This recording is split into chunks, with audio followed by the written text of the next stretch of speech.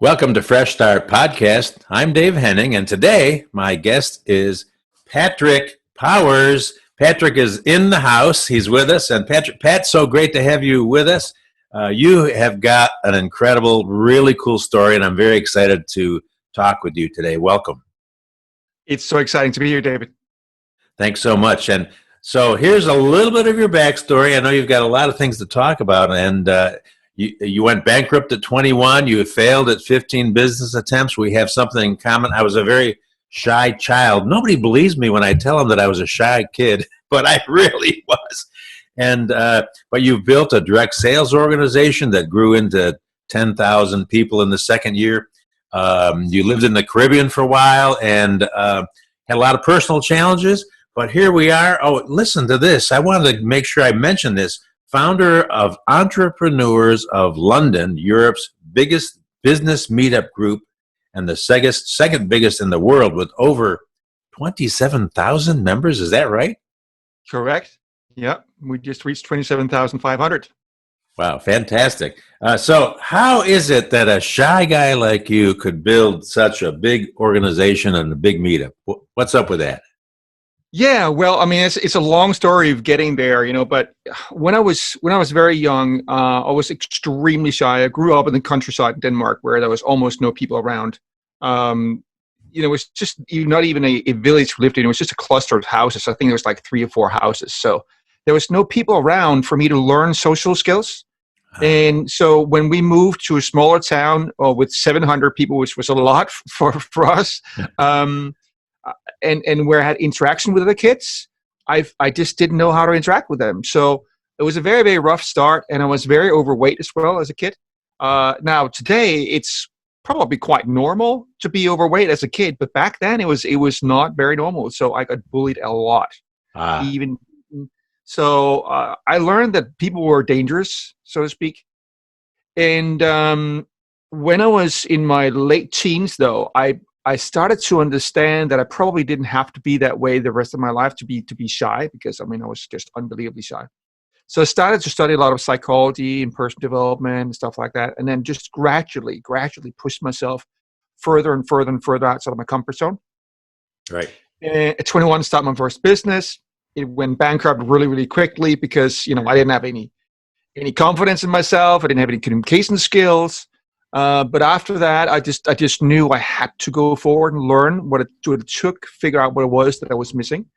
And I figured out it was communication skills, sales skills, and confidence. So I just kind of, over the years, just moved one step in front of the other. And then finally in, late 2002, I'd reached a time in my life where I was just so unbelievably fed up with my life. I would say it was an emotional pain I don't want anybody else to ever go through. It was just horrible. There wasn't really a single thing that happened except my girlfriend also broke up with me, and I think that was the last straw that broke the camel's back. And I said, "This is it. I just can't stand this life anymore. I'm going to do something." And I did. I went out and found a network marketing company. That I committed myself to it. I just saw that there was something special with this one. And very quickly, I actually became kind of a superstar in that company and the biggest distributor in Europe. Then for 4 years, I lived the lifestyle, lived in the Caribbean and all kinds of cool places, traveled the world. And then I sold it, which was, in hindsight, incredibly stupid.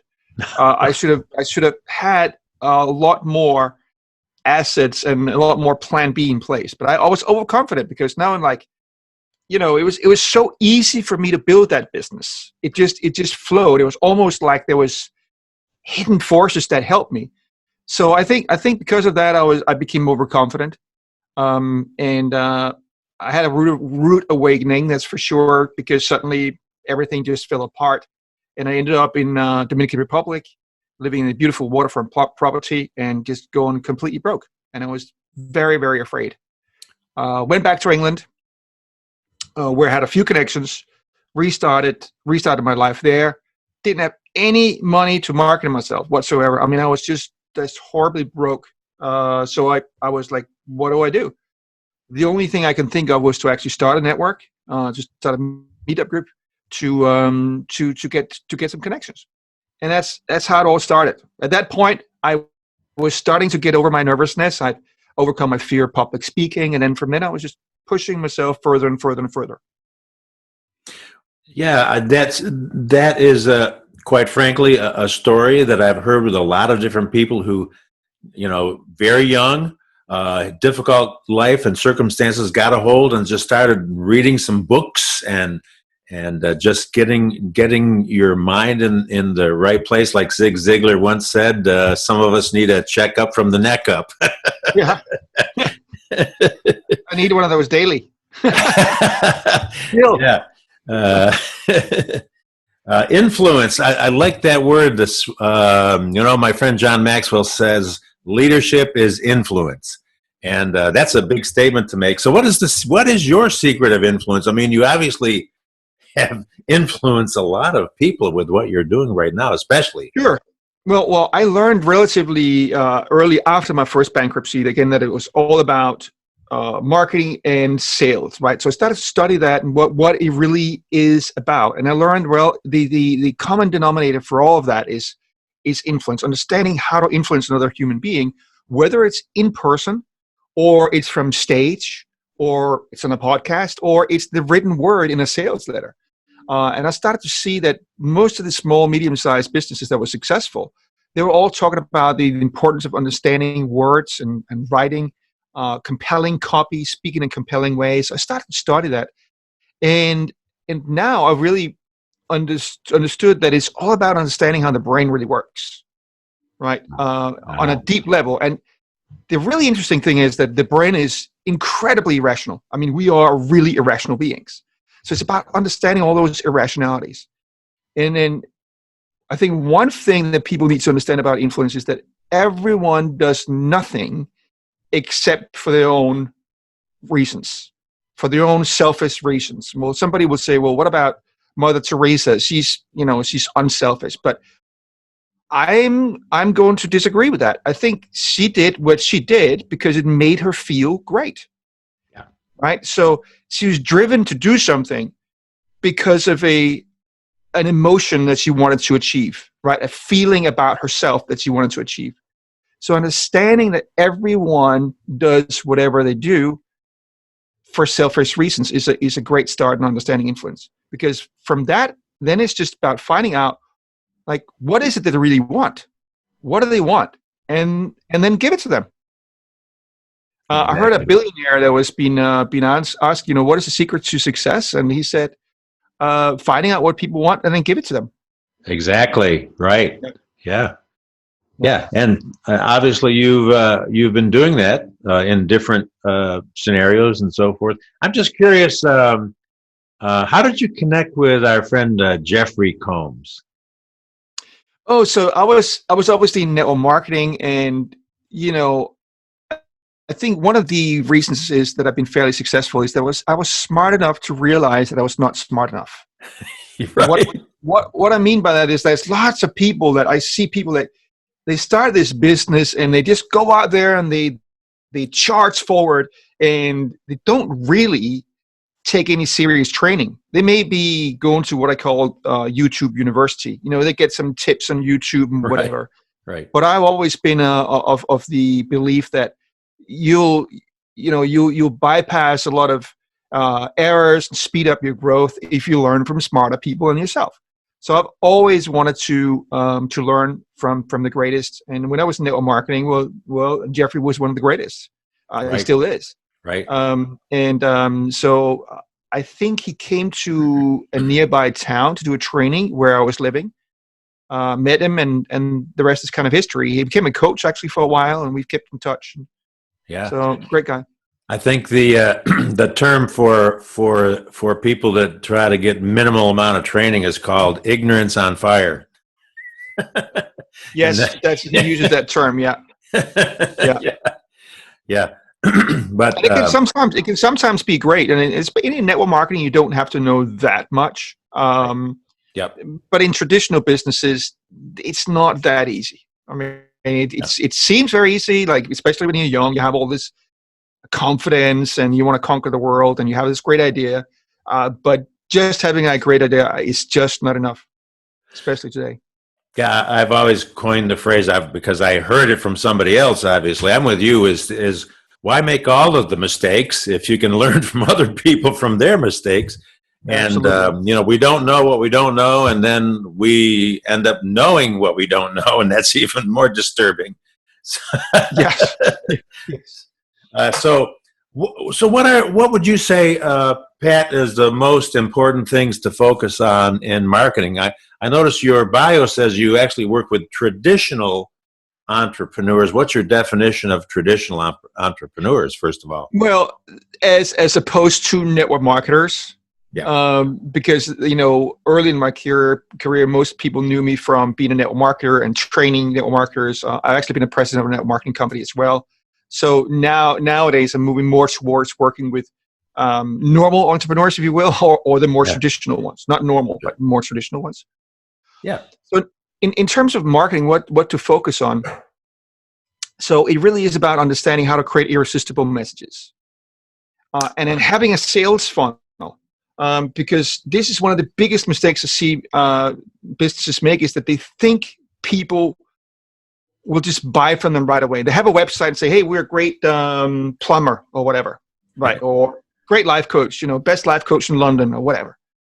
And they think that people will respond based on that. I think the problem arises because the vast majority of marketing we see around us is done by big business, right? It's practically all the marketing we see.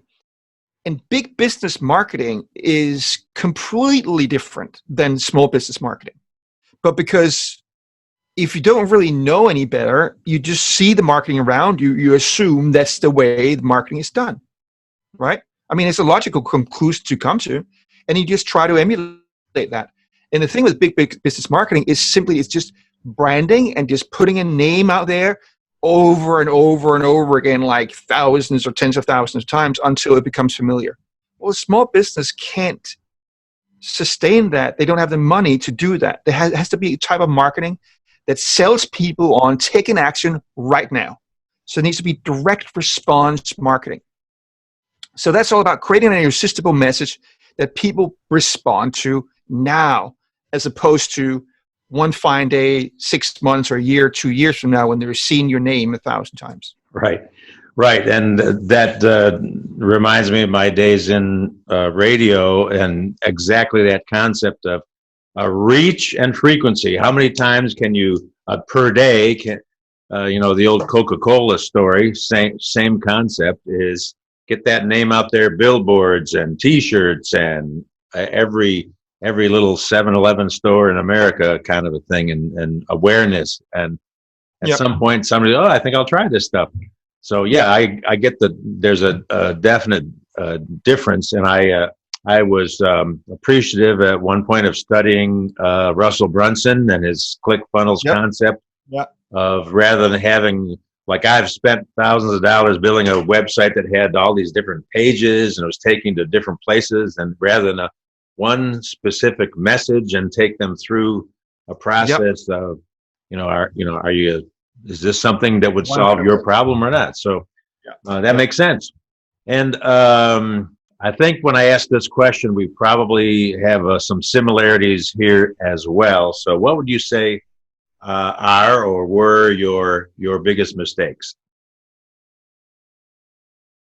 Well, there's a few. The first of all was not really believing in myself. I had enormous self-doubt. So that's one of the biggest mistakes of my life. And I wish I could go back and just like kick my own butt and say, dude, just believe in yourself. No matter what happens, doesn't matter if you fail 10 times or 20 times. It doesn't mean that you were not good enough. Everyone goes through that. And I think that's something that it's taken me a long time to understand, that even though those incredibly successful people, in 99.9% of the cases, they went through exactly the same thing. There are exceptions. Like, one of my friends is actually a billionaire, and he started his first business at 17 with his brother, and it was almost successful, like, from the very beginning. But I mean, it's just unbelievably rare. So number one, not believing in myself, and letting mistakes and so-called failures get to me, right? Number two is really not focusing on learning marketing and sales. Lots of people say, well, what would you do if you had the chance to do your life over? I said, I would not start that business at 21. Okay, I would take a job as a salesperson for 1 to 2 years, and then I would take a job in advertising for 1 to 2 years. Yeah. And then I would be ready, right? Because you don't have any sales skills or marketing skills, preferably both, but definitely you have to have one of them. It's just impossible to succeed. It just can't happen. One of the mistakes that I can see, and I only really understood this in relatively recent years, is that I should have focused on building my network a lot stronger, a lot sooner. Like really, really focusing on building my network. And it may sound crazy from a person that has built a network of 10,000 people and then 20,000 people in Entrepreneurs in London. You say, well, you have a huge network. But what I mean is to build one that is seriously strong, to focus on a few people and build those relationships deep. That's, I mean, the value of doing that is just insane. So those are my 3 biggest mistakes, I would say. Yeah, I hear you. Kind of my backstory is ever since high school, I had this idea of being a disc jockey. And so that was kind of my dream. I went through the college process, worked at a factory for a while, went to graduate school, and landed my first professional radio job in Kansas City. And I was surprised, actually, that the morning drive guy that was the DJ he grabbed the job at another radio station, and I was called in. Hey, Dave, how'd you like the morning drive show? It took me about, let me think here. Let me pray about it. Yes. and I was actually working as a janitor at the local school at the time, taking graduate classes in the morning, so I was full-time all over the place. But it was interesting, relating to what you were saying about mistakes and having self-doubt, is that when I went in to ask the boss for a raise, and he says, well, it's not in the budget, but if you go into sales, give yourself a raise, sell advertising. And man, I could sit in front of a microphone and talk to 1 million people or however many in the morning, and it was not intimidating, but I was scared to death and intimidated by the idea of going out and actually talking to people about buying some ads on my station. So a retired minister handed me this book and says, here, take this book. You might like this. It's called The Success System That Never Fails. 1940s old book. It's by the guy that was the manager for Napoleon Hill, who wrote Think and Grow Rich. And that book changed my life. But for the next 40 years or so, or however old I am, I'm not saying. It's a great title as well. It's a great title. You said The Success System That Never Fails? Right. Yeah. It's still, you can still get it. And anyway, all that to say, yeah, I had a lot of self-doubt. I didn't feel, I was up to it or worthy, and had to work through that process. So, but I hear what you're saying. That is some really excellent tips on focusing on some key people and building deep rather than wide, perhaps. Yeah. Oh my God, I wish I'd understood that sooner. But here we are. Yeah, absolutely. I started last year something called VIP Dinners, which basically is a quite exclusive network. Very small meetings, 8 to 10, maximum 12 people.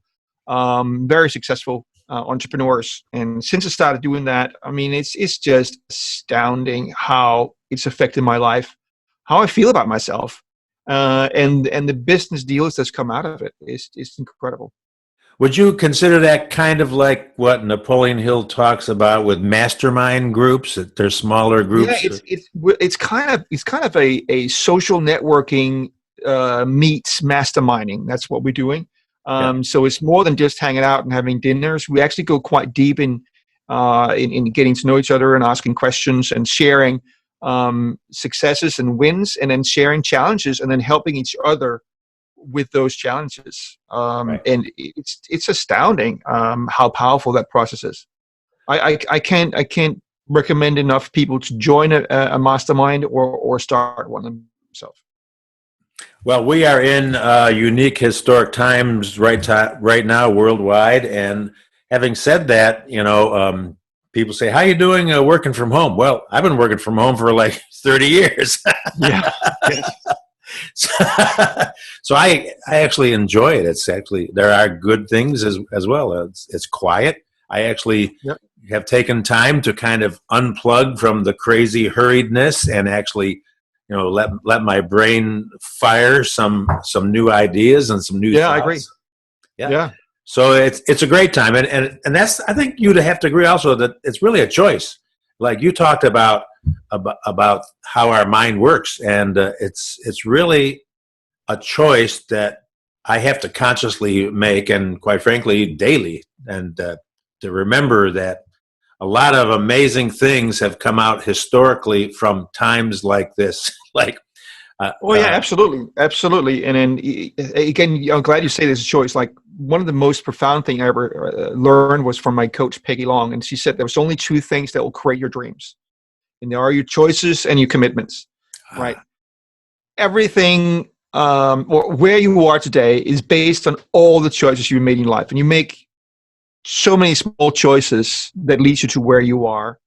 The problem with people making choices that are new, when they want to change their life, they make choices, but then they change them again. They don't stay committed to their choices. Yeah. Right. So they make New Year's resolutions. 73% of people have changed their New Year's resolutions in 4 days. Yes. 4 days. And they stand there on New Year's Eve saying, my life's going to change. I'm going to stop smoking. I'm going to lose weight. I'm going to do this. And, everything's going to be great next year. And then 4 days later, they give up. I mean, it's just crazy. So yeah, choices. I mean, and the problem is that people don't really make most of the choices consciously. They make them unconsciously. Right. You got to start becoming aware of making your choices consciously and with intention, and then sticking to them no matter what, no matter how uncomfortable. You just have to stick to them. That's I think you probably read in my bio that I was extremely overweight for the most of my life. Yeah. And then 5 years ago, I had enough. Well, 6 years ago. 6 years ago, I had enough and made a very, very firm decision, and I lost 160 pounds. Wow! Congratulations! Yeah, fantastic. I kept it off for 5 years now. That is great. Let me ask you a question because this just popped in my head. I actually. Some time back, and I've been doing online marketing of sorts for a long, long time, and I wrote a blog that was actually, the name of the blog was "Why New Year's Resolutions Don't Work." Yeah. But yeah, I got to ask you a quick question here because it popped. Things just pop into my mind. It's just really, I don't know. From doing all these interviews, I think of things and stories. But have you ever heard of a book? And I thought it was really weird. I used to get these top 10 lists of books you should read from some of my mentors, and one of them was called Psycho-Cybernetics by Dr. Maxwell Maltz. Have you ever heard of it? Yes, and I've read it many, many, many, many years ago. I don't have it around anymore because I've moved so much around in my life, and then sometimes I just had to leave stuff behind. Sure. So I have a whole library of stuff laying around in the world. But yeah.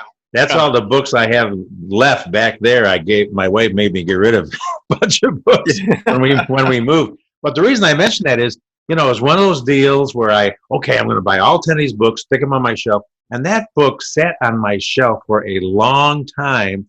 And I had to take a trip to Las Vegas, actually to a network marketing convention in Vegas. So I packed it in my suitcase, took it to Vegas to this network marketing convention. And while I was in the hotel, I read it. And talk about a mind change. Just his whole deal was he was a plastic surgeon, and people would come to him and say, "Man, I don't like how I look and how I feel." And so he would do plastic surgery on people. And what he realized in his many years of research was didn't make any difference. These people, they had an appearance change, but internally they had not changed. It was all in Well, their mind. And so I need to reread that book 3 or 4 times because it just really affected me. It actually brought me to tears looking at some of the rejection that I felt as a teenager for, simple, silly little things. It seems like now, but the fact yeah, that we have the choice. You said choices and commitment, but we actually have the power to realign our thoughts and our mind. And absolutely, yeah, 100%. yeah, You just have to brace yourself for challenges doing it, because you're going to come up against the resistance. The brain doesn't really want to change. oh yeah, It wants to resist the change. right, So, but when you understand that your brain actually doesn't have a choice, if you do it consistently enough, long enough, your brain literally will rewire itself. right. And I think that's a very, very important understanding to have, because most people, when they try to change their life, again, they give up after a couple of weeks, maybe even sooner. Maybe a couple of months. Oh, this is not worked yet. It has, but you just haven't seen the results really yet. And the thing is, with learning, it's just not gradual.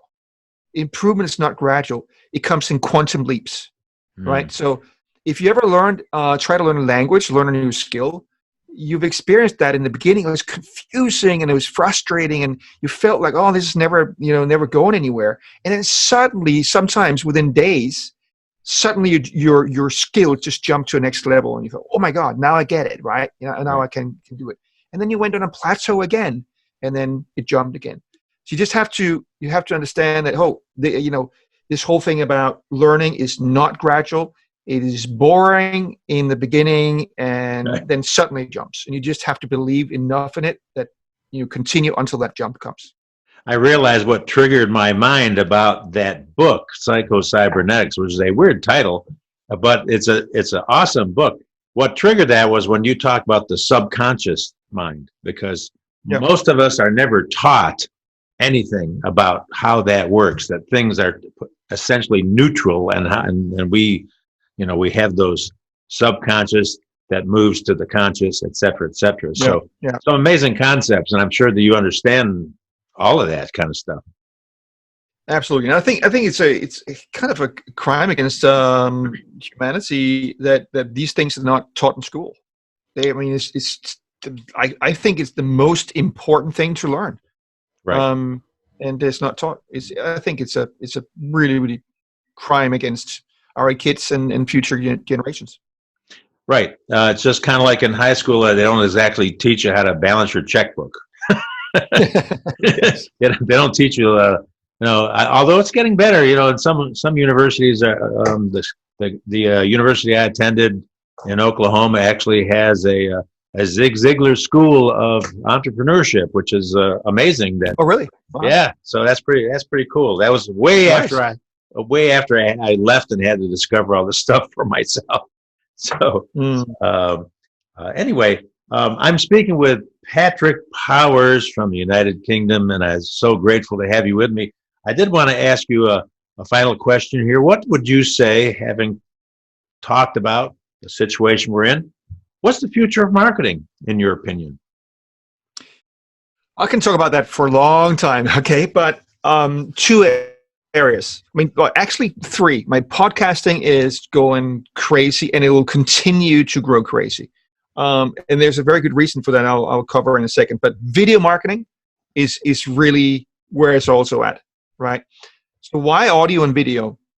Because it creates more trust, and I think that's an area of marketing that people don't really emphasize enough or understand enough. They think, again, erroneously, that it's all about getting awareness. It's not about getting awareness, right? I mean, you as a small business, you will go bankrupt if you rely just on getting awareness, right? It's all about how to grab attention really quickly, right? So the first step is getting attention. Number two is driving up desire. And number three is creating trust, enough trust that people are willing to act on that desire. Because if they don't trust you, they're just not, doesn't matter if they have a desire for something, they're not going to buy from you, right? So audio and video is better at creating trust than text, right? And video obviously is the best because you involve all the senses. You can see people's facial expressions, their eyes, and all that kind of stuff. Obviously, being in person is the best way to generate trust, but you can't scale yourself, right? So audio, video, two of the future of marketing, two things about the future of marketing. And then thirdly, very importantly, is building communities. Being a community leader. And this is something that Facebook realized 2 years ago. They changed their algorithms because they realized that Facebook groups is really where it's happening. People that are involved in groups are way more engaged. They're way more loyal. They come back more times, and they stay there. So what you want to do is use video within groups, and you also ultimately you actually want to build a community in the real world. But it's all about being a community leader, and you can be the leader of 100 people. It doesn't have to be a lot, and you'll actually be able to get a lot out of that. Fantastic answer. It's been great speaking with you. Let me ask you this. How can I help you? You were saying that your podcast is going, is bonkers still a word? Yes, I think so. No, I didn't say my podcast. I actually haven't started my podcast yet. I'm in the process of interviewing. I'm just saying that in general, podcasting is going crazy. Right. Yeah. Yeah. And of course, I interviewed James Mulvaney last week or the week before, which was very gracious of him because I had been using his services for over a year, and then I had actually ignored all the emails about Matchmaker.fm, and within 48 hours, I had 6 or 8 people that wanted to be on my podcast, and reciprocate by letting me be interviewed on their podcast as well. Yep. So yeah, it's an amazing phenomenon, quite frankly, that a lot of people of all ages are really plugged into their favorite podcast, whatever that may be. So it's powerful. Yep. And so how can I help you today? What you would like to leave with my listeners if they have some questions or want to connect with you, perhaps? Do you have a website or? Sure, absolutely. So they can go grab a sample of my new book, which is called The New Marketing Manifesto. And there's 3 chapters in there, and one of them is, honestly, it's super, super powerful about how to create the marketing idea of the century. And really it's about how to find a way to stand out from the competition, even if what you do is exactly the same as the competition. So they can go and grab that sample at Patrick M, like in mother, powers.com. And just there on the front page, there's a little link to go and grab a sample of the New Marketing Manifesto. Awesome. Patrick, it's been a pleasure speaking with you today. I'm Dave Henning, and my guest has been Patrick Powers, who is no longer quite as shy as he used to be. So thank you for being with me today. It's been a real pleasure. Thanks so much. Absolutely pleasure. Thank you so much, Dave.